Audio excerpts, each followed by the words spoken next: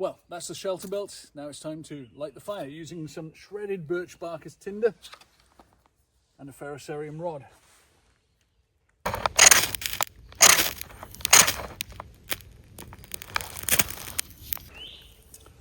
There you go, that's going nicely.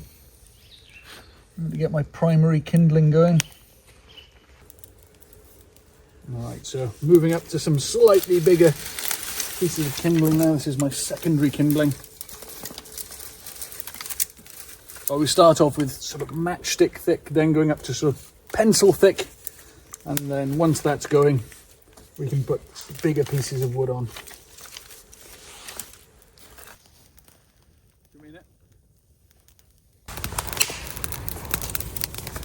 So I'm moving up now from the kindling, primary kindling, secondary kindling. Now I'm using my main fuel, so thumb thickness and upwards.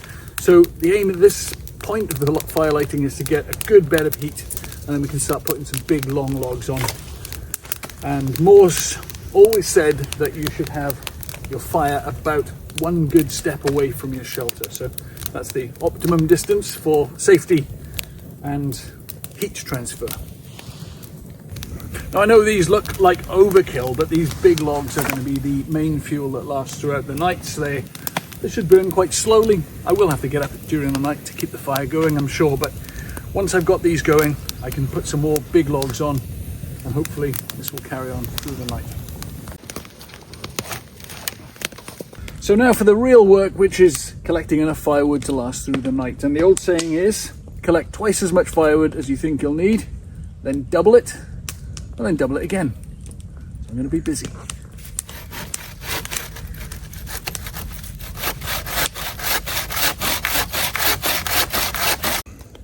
It's taken me about 2 hours to collect as much firewood as I think I'm going to need through the night, and I'm fairly certain that won't last until the morning.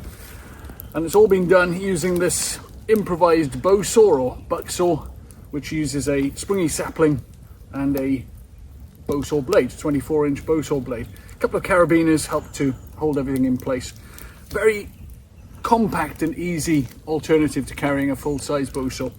Now these long logs should burn through the night. They're going to burn from the middle, and then I can put the ends in whenever I wake up during the night. So I'm pretty confident this will keep me warm all night. And the way the Mors Kochanski super shelter works is by allowing the radiant heat from the fire, which is roughly 1 pace away from the shelter, to pass through this plastic sheet here, where it goes into the inside of the shelter. And because it's quite a compact shelter, that heat stays in there, with the space blanket, the mylar sheet, reflecting any radiant heat back on me over the night. Now, this shelter is designed for use in extreme cold conditions. Mors was a specialist in the boreal forest, where it can get down to minus 30 Celsius, and that's what this shelter is designed to survive, not a Welsh woodland barely several degrees above zero. I'm going to get very, very warm. The ambient temperature in this woods is around 4.8 degrees Celsius. Now it's a little bit warmer here by the fire. It's at 6.5 degrees at the moment. And I'm going to put it in the shelter and see how warm it gets.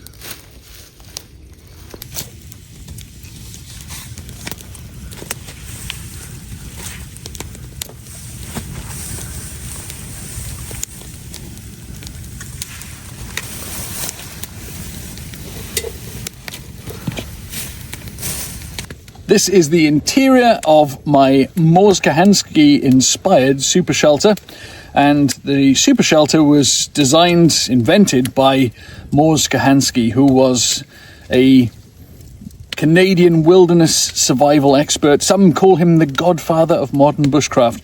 Mors was a real specialist for the boreal forest, and his part of the world in Alberta was the area that he ran his courses, and he wrote a lot of books on survival and bushcraft.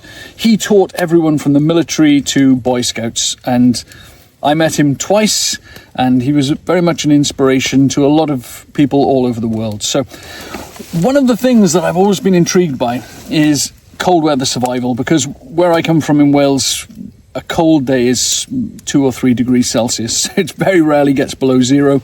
It's a mild, wet climate. So this type of shelter is really not designed for the environment that I live and work in. But it's an interesting one to see how different the techniques that you can use in that boreal forest can be adapted to the environment that I'm in here. So the super shelter is designed to fit within a billy can as part of a 2 kilogram survival kit, which is something that Mors wrote about and put together.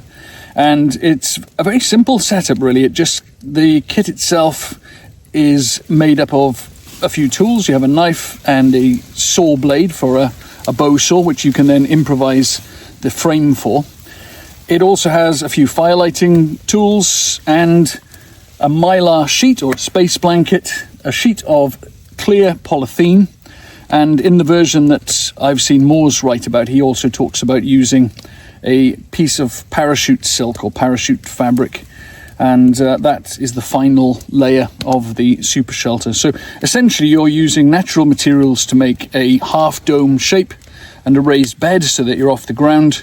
And then you use the modern materials, the mylar blankets, the polythene sheet, and the piece of parachute fabric in order to create the insulation of the shelter.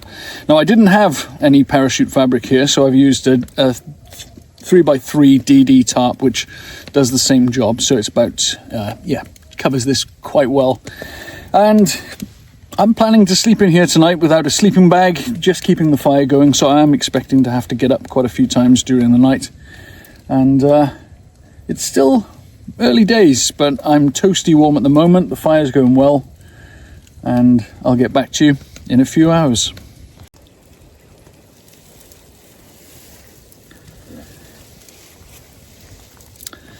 This is my view from inside the super shelter after having had about an hour and a half, maybe an hour and 3/4 of sleep before the temperature dropped.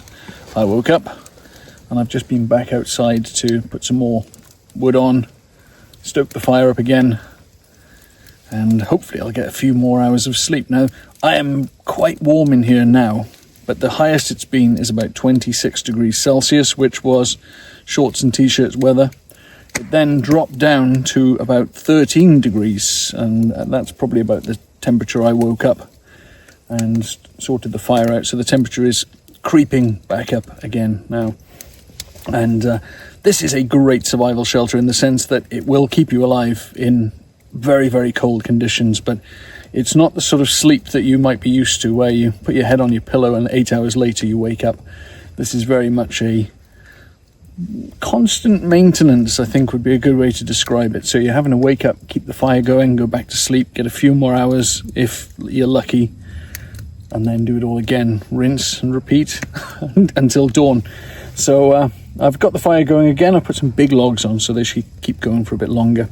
So I'm going to try and catch a few more hours of sleep, and then I'll see you in a little while. So I've just woken up once again. It's now just gone 2:30 a.m. The fire is, well, I can't see it, so it's pretty much out. So it's time to get some more kindling on there, get it built up again, and get things warmed up. Interestingly, I've just checked the thermometer here, and it is 11.5 degrees centigrade inside, and outside I would guess is probably about 3 to 4 degrees. So it's still a lot warmer in here even without the fire, so that's not such a bad thing. But I'll see you in the morning. Well, I survived the night. I'm feeling okay. I probably had a maximum of about 5 hours sleep, I think. And it wasn't completely undisturbed sleep. It was very fitful. I'd fall asleep, sleep quite well, get cold, wake up, have to light the fire again. But I have survived, and I think this this shelter would have kept me alive in very cold conditions, which is what it's designed for as well. Now, the way it works is by trapping radiant heat from the fire. So the fire is a good step away from the shelter, which is how Mors described it. The radiant heat comes from the fire, it goes through this clear plastic sheet where it enters, and a bit like a greenhouse, maintains the inside temperature. Now, because it only has a mylar sheet, it doesn't have very much insulation in terms of holding that heat in there. So the fire does have to be kept going. And the temperature inside got up to a staggering 27.4 degrees Celsius at one point during the night. And at its lowest point, when the fire had gone out, it dropped to 4 degrees. Bearing in mind it was probably below zero outside, the temperature inside was different. So that's not bad. But once the fire was going, that temperature got up to the point where I needed to take this jumper off. I just had a t-shirt, and for a while I was quite warm, and then it dropped down again, and yeah, I woke up, I had to get up, deal with the fire, but it's fine as long as you've got a good stock of firewood. Very important to keep the saw ready as well. Even though I had everything ready last night, I did have to collect more firewood in the middle of the night, which is a real kind of greenhorn mistake. So make sure you've got a lot more firewood than you think you'll need. This bow saw works really well, just a flexible stick and the bow saw blade with a couple of mini carabiners to hold it in there. So very compact, and that goes inside, spiraled inside the pot to store it away. So very useful, and obviously everything that is used here goes into this billy can.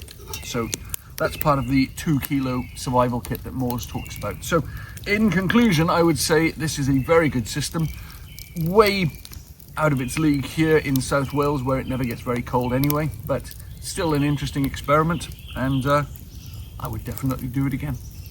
I hope you've enjoyed this video, and if you have, please like, subscribe and share with your friends, and I'll see you next time. And in the meantime, I'll be interested in hearing if you've survived a night in an improvised shelter like this or any other type of survival shelter. So post in the comments and let's keep the chat going.